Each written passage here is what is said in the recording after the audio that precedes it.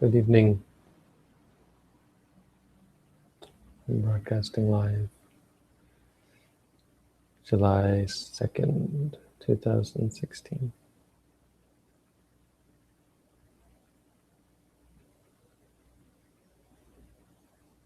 Tonight's quote. Tonight's quote is about the Brahma Viharas. The Brahma Viharas, of course, are one of the more well-known Buddhist meditation practices, besides insight meditation. Sometimes even more so than insight meditation. People sometimes equate or associate Buddhism more with compassion, love, than they do with insight.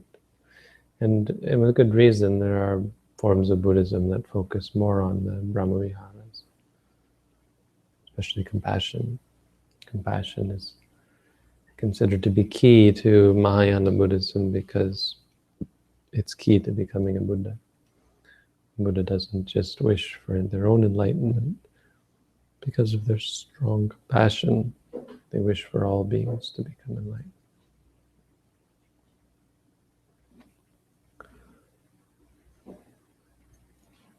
But in Theravada Buddhism, the 4 Brahmaviharas are what one might call a supportive meditation, or auxiliary, if you want to use a technical term. Meaning they're not the main, but they support one's main practice. They support the practice of insight meditation. They can also be used as a base to gain great concentration. So you could practice metta for on its own for some time to focus the mind. Karuna, mudita, upekkha. You could practice these 4 on their own. But the best use they have, and the most common use, is as a supportive meditation, meaning they keep your mind from getting off track. So if you're angry, metta helps you avoid being angry at someone. If you're cruel or irritable, then compassion helps you overcome that. If you're jealous, stingy, then joy, sympathetic joy, appreciation, we call mudita, helps you overcome that. And if you're partial or attached, if you care too much about others such that it makes you worried or anxious or upset when they are not as you expect them to be, then upekkha helps you with that. Equanimity. But these are part of a larger set of 4 meditations that are called the Araka Kammatthana, the protective meditations. They protect your practice. And the 4 are Buddhanusati, Asubhanusati, Mettanusati, and Marananusati. Maybe not in that order. Buddhanusati, mindfulness of the Buddha, thinking about the Buddha or reflecting on the Buddha. This is a good supportive meditation. These 4 are like when you're growing a small tree, you use wooden supports to keep it up. Otherwise, it gets blown over in the wind. So this support, it's not essential, but it's not the tree itself, but it keeps the tree from dying, from being destroyed, from falling. Same way these meditations help our main meditation. So Buddhanusati, thinking about the Buddha, helps us cultivate confidence, reassurance when we feel some kind of unsure about ourselves or our ability. It gives us confidence. We think about the Buddha, what he had to do, what he went through as an example. Having role models, having an example. This is why it's great to be in a meditation center. You see other people meditating. Makes you want to meditate.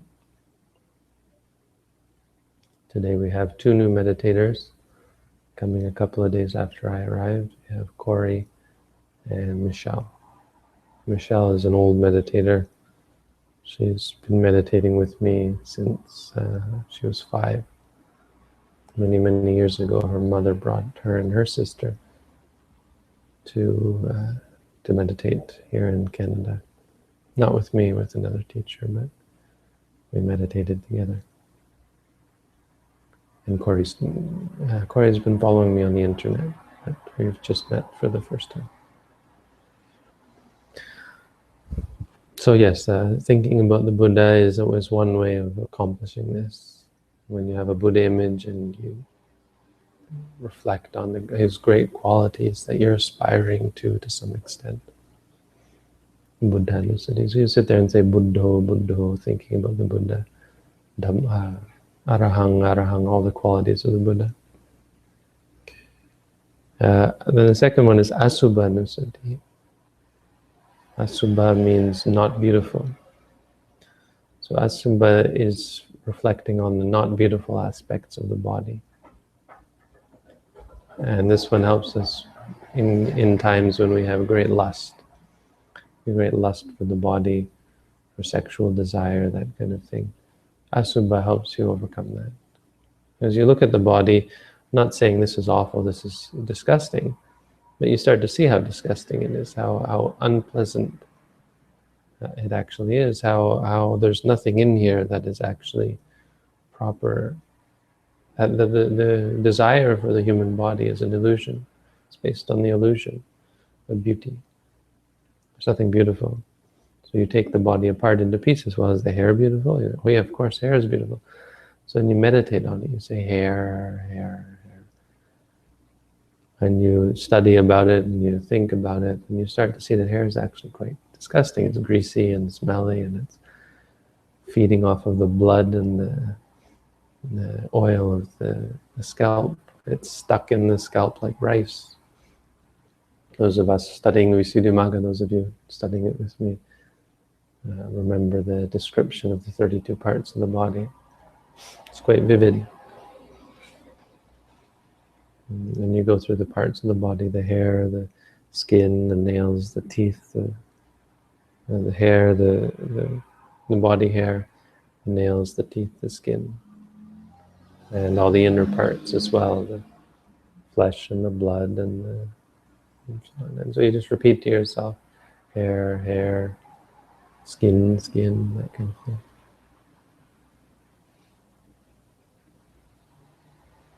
The third meditation is metta. Of these 4 Brahmaviharas, metta is singled out as useful. Metta helps us overcome anger. As we said, when we're upset at someone, when we have some kind of conflict with another person, it's a great source of stress and it's a hindrance in our practice, obviously. So of course being mindful is the best way to cure all of these, but when they're extreme and when we're just not able to shake them, it gives us a little boost. Practicing, in this case, love gives us a boost to help us deal with it. So you say, may that person be happy, just as I want to be happy, may they be happy as well. May they be free from suffering, etc. And the 4th one is Marana-nusati. So Marana is for when you're lazy, which is why the Buddha said it's good to meditate on death daily. Every day think about death. In fact, you should all the time be thinking about death. And in fact, vipassana is a way of thinking about death. So in an ultimate sense, we're born and die every moment. So vipassana is seeing us die, seeing the death of the being, and realizing that there is no real stability, or there's no constant entity. So in general, we think about our deaths. We think about physical death. This life is uncertain. I'm going to die one day. That is certain. Duang me jivitang duang maranang. Jivitang aniyatang maranang niyatang. Life is uncertain. Death is certain. Death is the end of life for every being. It comes to us all. Thinking about that helps give you a sense of urgency, because when you realize that if you die unprepared, it has a great impact on what comes next. Your ability, your clarity of mind, your purity of mind. Death is the end of everything. All these things that I depend upon, that I care for, I can't take them with me when I die. So, I mean, that probably only works for people who believe in an afterlife. But even still, if you think this is it, well, then might as well make the best of it, the most of it. If you think that when we die it's death, then still, best to become the best person you can. Do the best you can if this is the only chance you've got. Just seems sensible. Anyway, not too much to talk about there. You can read through the Vibhanga in this case. The Vibhanga is just part of the Abhidhamma. Talks about the 4 Brahmaviharas. It's also in the Visuddhimagga. There's a really good section on the 4 Brahmaviharas based on the Vibhanga, based on the Abhidhamma. So questions. Fernando asks, how was the meeting with my teacher? It was brief. He's very busy, but we caught him as we always do, and took some pictures, though I haven't gotten any of the pictures yet, and gave him a whole bunch of robes again, 30 some robe sets for him to give away to others. And he expressed his appreciation more for the fact that I was going to Sri Lanka than anything, curiously. He likes the idea of helping out Sri Lankan Buddhism. It was kind of just something that piqued his interest, and has before, because he's been to Sri Lanka, and because of I guess a sense of gratitude is maybe the right thing to say, or just a sense of appreciation for Sri Lanka, and a sort of a responsibility to care for Buddhism there as well. So he was happy to hear that I was going to teach there. Didn't say too much. He was expressed appreciation for the new meditation center, but he already knew about it. So it wasn't all that much talk. Yeah. Honestly, going to Asia was not probably all it was meant to be or cut out to be. I mean, as I said before, I wasn't totally sold on the idea of going in the first place. So maybe I downplayed my expectations, but it was just another trip. Teaching in Sri Lanka was nice. We had one really good session at a meditation center there. A whole bunch of people came out, and they were surprised because I'm not there, and because they don't know who I am really.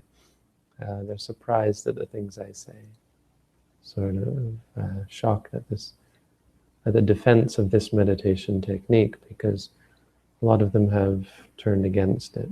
It's become a sort of a rebel meditation, I guess. People believing that anapanasati, mindfulness of the breath at the nose, is the most orthodox meditation practice, and so they concentrate on that. So having to describe this meditation, wherever I went, I said, do you know who I am? Are you sure you want me to come and talk? Because of course last time I went I had these problems. I would go places and then they would be surprised at what I was saying, and not in a happy way. There was one place the translator actually refused to translate because He didn't agree with what I said. It's pretty awful. Thank you all for meditating. It's good to see green here. Green means that you guys have actually been meditating. I mean, yes, logging your meditation is not necessary. It's not like it actually means anything. And no, you don't have to do it because it makes me feel good. But if you don't, then we start to get, I mean, as I said before, it gives me an excuse to weed out sort of speculative questions, because I can say, oh, you're an orange. So newcomers show up, they don't meditate, and they start asking crazy questions. You can sort of dismiss them. And it would focus our questions because we've been meditating. You know, I don't mind if you were meditating earlier in the day and you just come and click on it later, like click on it now. I suppose it's not ideal, but ideal is we do some meditation before. I mean, I guess the biggest thing is here we're coming together to talk about the Dhamma. So before we do that, we should meditate. So if you're saying, well, I'm not meditating right before, but I'm meditating earlier, well, part of the point is to meditate just before we talk so that our minds are in the right place. I think that's reasonable.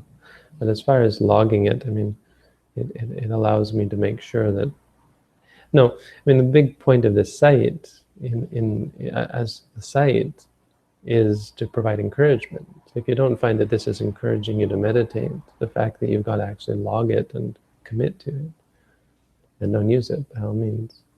But the whole point here was to encourage people to meditate. I think some people do find that the site helps them, I assume.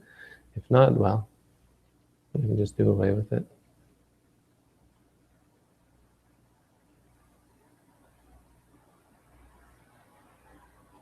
So no other questions? For those of you joining us on YouTube and last night as well, the questions and stuff is going on at our own website at meditation.sirimangalo.org. And usually someone's kind enough to put that in the comment section of the YouTube video. We broadcast hopefully every night, usually every night. But I guess there's no questions tonight. I know I'm just recently back.